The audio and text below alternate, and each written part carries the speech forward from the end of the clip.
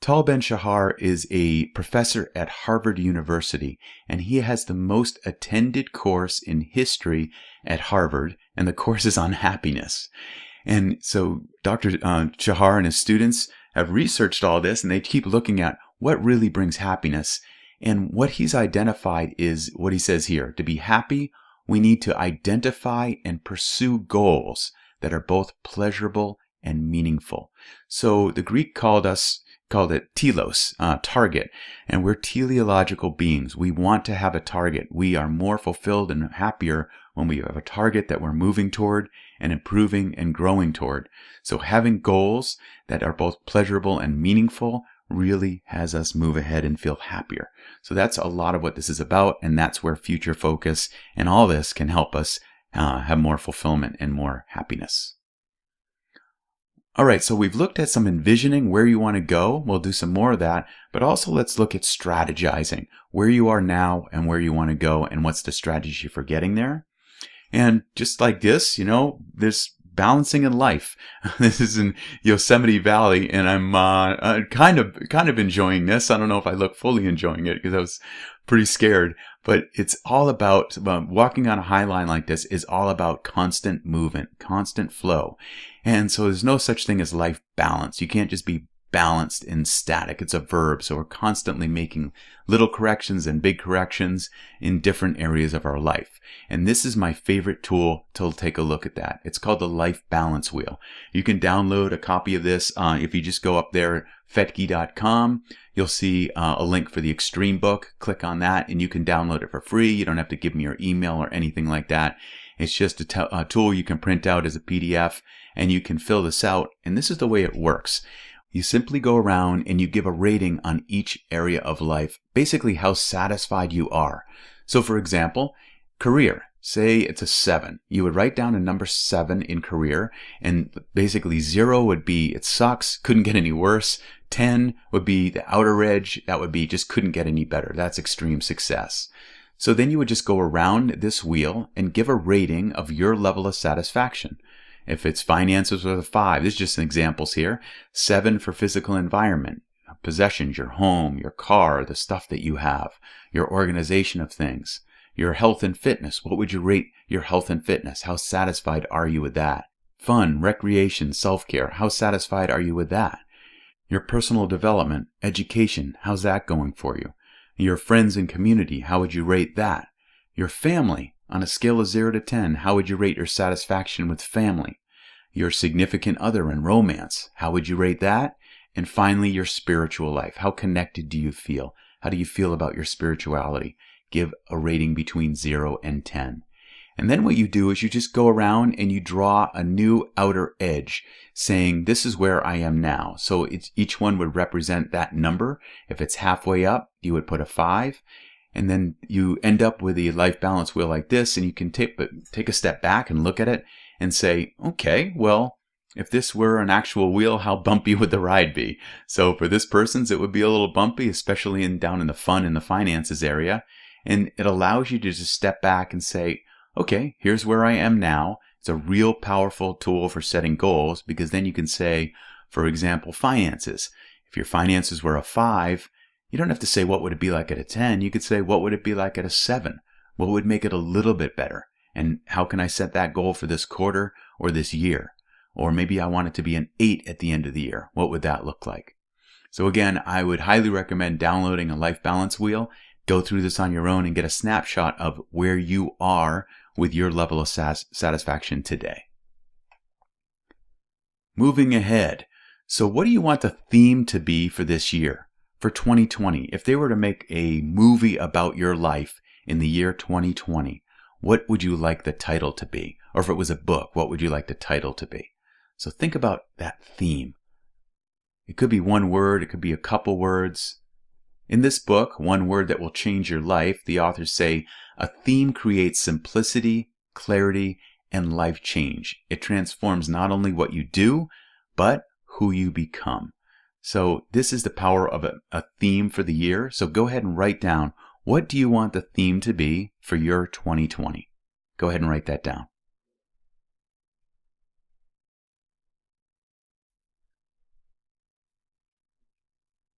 And then, what personal quality do you most want to develop this year? So this is a really powerful exercise, thinking about that one personal quality that you want to grow, that you want to develop, how you want to become better. So maybe it's courage or authenticity. You can see some examples here. Maybe you want to work on your integrity this year. Maybe it's kindness or boldness or self-discipline or grace under pressure or humor. Whatever it is for you, what's the one personal quality that you most want to develop and work on this year? Go ahead and write that down.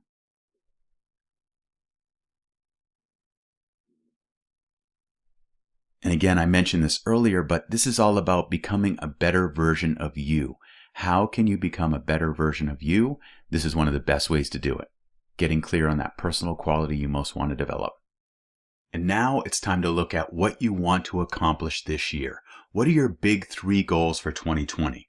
And the reason why I say the big 3, it's basically following the rule of 3, which is all around the brain and how it can manage, multiple things. Basically, if you have more than 3, your brain gets confused. The human brain can effectively remember 3 main thoughts. 1 is even better, even more focused, but 3 would be the max. But I love to use the rule of 3 because basically if you have 3 combinations, you can have 6 variations. You add a fourth variation, a fourth goal, all of a sudden it goes up to 24 different variations. And if you add a fifth, it goes all the way up to 120 different variations. So our brains are like computers. They can only manage and remember so much stuff. So we want to keep the program clean and operating well.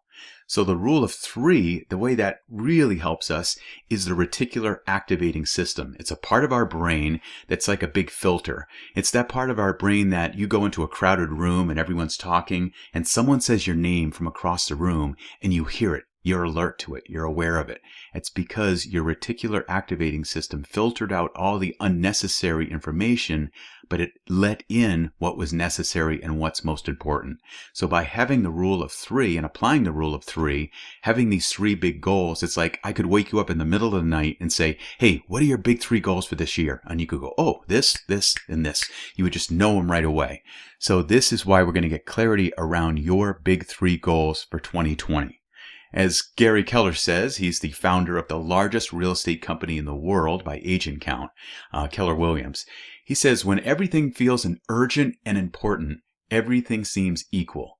We become active and busy, but this doesn't actually move us any closer to success. Activity is often unrelated to productivity, and busyness rarely takes care of business. So we don't want to just be busy. We want to be focused on what really matters. This is a great book actually about boiling it down to that one thing that's most important. But let's take a look at those big 3 goals for you and where you want to go in 2020. And the way you set it is you set the big 3 goals for the year and you go into each quarter. So say you got goal A, B, and C, right? Then each quarter you say, okay, what am I going to do toward goal A this quarter? What am I going to do toward goal B, and so on? Each month you say, okay, this month, what am I going to do toward my quarterly goal A, which leads to my annual goal A? And then each week you do the same thing at the start of the week, which we'll talk about in a moment here, how to get clear and be focused on what are your big 3 for the week.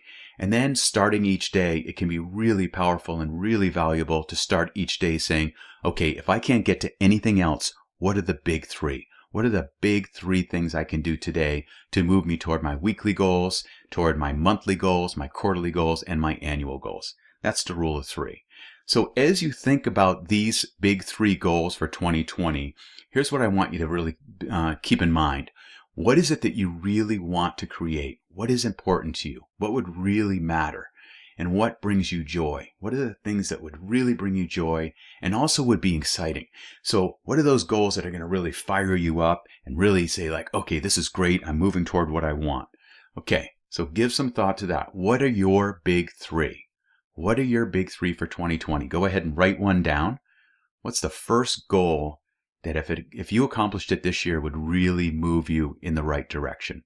And especially like moving toward your future self and where you want to be 10 years out and where do you want to be at the end of 2020. So give some thought to that. What are your big 3? What are your big 3 goals for 2020? And also think about the why. Why are these goals important to you? I mean, you can come back to this later. You can rewatch this webinar. You can pause it or just look at your notes and give some thought to why do these goals matter? What's my why? After you look at the why, it's really valuable and really powerful to look at the obstacles. It sounds kind of weird, but looking at your obstacles ahead of time increases your chance of accomplishing a goal in a big, big way. There's a whole bunch of research on this, and they found that the people who look at the obstacles first and then look at what would I do if this obstacle comes up, they have a much higher rate of achieving their goals. So also give some thought to the obstacles to each goal, and then what you would do if those obstacles come up. And then finally, you want to feel it. So think about each goal, whatever that goal might be. Really feel, close your eyes and feel what it's going to feel like to accomplish the goal, to have done that, to have achieved whatever it might be. And really just close your eyes and feel what it feels like and get it in your bones, if you will, because that makes a huge difference too. Really gets it in there. Okay, so that would be the big 3 goals. So once you get those big 3 goals for 2020 set, then you want to start thinking about breaking things down into something smaller, into healthy habits, into healthy rituals that move you ahead. So I love this one from FM Alexander. He said, "People do not decide their futures, they decide their habits, and their habits decide their futures." That's great, right? I just love that. So looking at our habits and where we want to go is going to take us toward that place where our future self lives. Okay, so let's talk about habits or rituals, whatever you want to call them. I like using rituals. Habits sometimes can be compared to like bad habits. So I love this, the feeling of rituals. And so what is a ritual? Basically, it's definitely that thing that your future self is going to thank you for. They're actions that are done on a regular basis to improve your health, your wealth, and or your spirit. They're also like exercise. So like one hard workout won't do much for you, but something consistently ongoing is going to build into something big. And finally, you slowly change your neural structure. Our brains are amazing. It's really cool. I love this, how this works, the science behind it. There's something called deliberate practice. If you Google deliberate practice, you can find out some really good information. There's videos and articles about it. But there's a lot of new science and a lot of new discovery about what happens through deliberate practice. And one of the main things is neuroplasticity and myelination.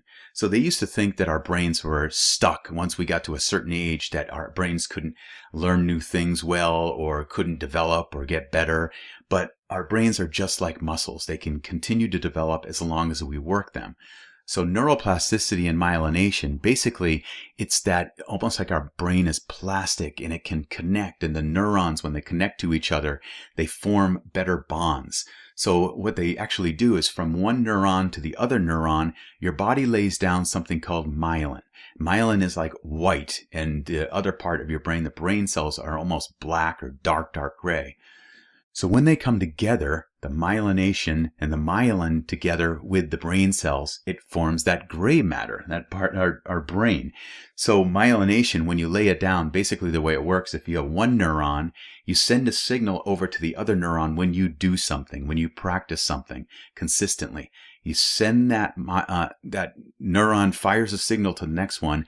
And what they say is neurons that fire together, wire together. So basically that wiring between neuron and neuron gets stronger and stronger the more myelin that's laid down. It gets thicker and thicker and almost goes from like a dial-up connection to a broadband connection, and it gets more effective. That's why the more you do something over and over, the easier it becomes. That's how we create habits.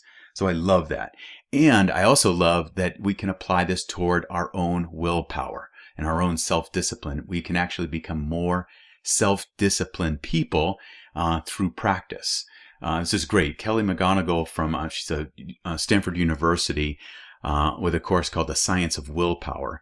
So she wrote this book, The Willpower Instinct, really great book, and a lot of great research in it. But look what she says. Studies have found that committing to any small, consistent act of self-control, improving your posture, cutting back on sweets, and keeping track of your spending can increase overall willpower. While these small self-control exercises may seem inconsequential, they appear to improve the willpower challenges we care about most, including focusing at work, taking good care of our health, resisting temptation, and feeling more in control of our emotions. So who doesn't want those benefits, right? So it's really cool. So the more you stick to willpower, getting up at the first alarm, even some of the things she says here, like cutting back on sweets, are basically just doing what you say you're going to do. It develops that. We lay down some more myelin. It fires and gets those neurons connected together, and we actually improve our willpower.